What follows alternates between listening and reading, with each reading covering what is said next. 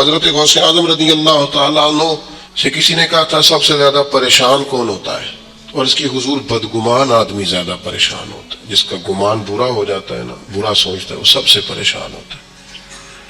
تو پھر لوگوں نے پوچھا حضور بدگمان کون ہوتا ہے؟ تو حضرت غوث اعظم فرمانے لگے بدگمان وہ ہوتا ہے جو برے لوگوں کی صحبت میں بیٹھتا ہے۔ برے لوگوں کی صحبت بندے کے گمان کو برا رکھتی ہے، سوچوں کو۔ اچھے لوگوں کے پاس بیٹھیں گے سوچیں مثبت ہوں گی، اچھی ہوں گی۔ پھر حضرت غوث اعظم رضی اللہ تعالیٰ عنہ سے لوگوں نے پوچھا حضور عالم کون ہوتا ہے؟ تو فرمانے لگے جو اللہ رسول کی فرما برداری کرے۔ جاہل کون ہوتا ہے؟ فرمایا جو رب رسول کی نافرمانی کرے۔ زیادہ باتیں کرنے، زیادہ لمبی تقریریں کرنے والا عالم، فرما بردار ہو تو عالم۔ پھر حضرت غوث اعظم رضی اللہ تعالیٰ عنہ سے کسی نے کہا حضور تنگ دستی کس بندے پر آتی ہے؟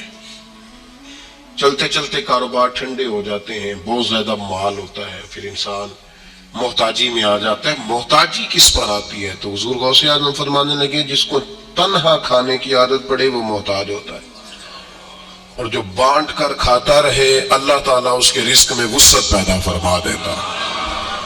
حضرت غوث اعظم رضی اللہ تعالیٰ عنہ سے بہت سارے لوگ آ کے مسئلہ پوچھتے تھے اللہ کیسے راضی ہوگا؟ تو حضور غوث اعظم فرمانے لگے میں نے 50 سال پڑھایا ہے، سب سے جلدی رب تب راضی ہوتا ہے جب کسی بھوکے کو کھانا کھلایا جائے، اللہ فٹافٹ جلدی راضی ہو جاتا ہے۔ پھر حضرت غوث اعظم رضی اللہ تعالیٰ عنہ سے کہا حضور برباد کون ہوتا ہے؟ کون آدمی ہے جو ساری صلاحیتوں کے باوجود برباد ہو جاتا ہے؟ تو حضرت غوث اعظم رضی اللہ تعالیٰ عنہ فرمانے لگے جو مداحنت کا شکار ہو، جو سستیاں کرے، آج کر لوں گا، کل کر لوں گا، پرسوں سے شروع کروں گا، بس میں نے ٹھیک ہو جانا ہے۔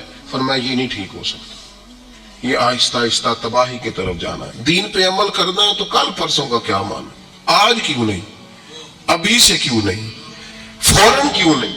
فرمایا کرتے تھے یہ چیز انسان کو کمزور کر دیتی ہے۔ پھر حضرت غوث اعظم رضی اللہ تعالیٰ عنہ سے کسی نے کہا کہ حضور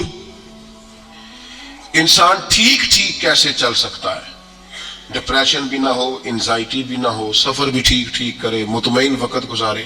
یہ میں اپنے لفظوں میں کہہ رہا ہوں آج کی بیماریوں کا جو لوگوں پر غلبہ ہے۔ حضور کوئی پریشانی نہ ہو، بندہ صحیح چلے، کیا کیسے ہو سکتا ہے؟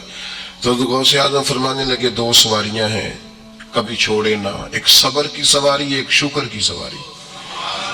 ان پر سفر کرے گا تو کبھی پریشان، نعمت ملنے پر شکر نہ بھولے، اور اگر اللہ کی طرف سے کوئی آزمائش آئے تو پھر صبر کا مظاہرہ کرے، یہ کام کرے گا تو اللہ تبارک و تعالیٰ اسے سکون عطا کرے گا۔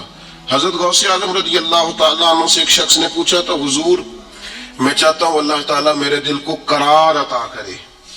تو بڑی کمال بات ہے، کئی چیزیں پہلے بھی پڑھی تھیں لیکن یہ میں نے پہلی دفعہ پڑھا الفتح الربانی سے۔ حضور کون سی چیز ہے جو دل کو پورا سکون دے؟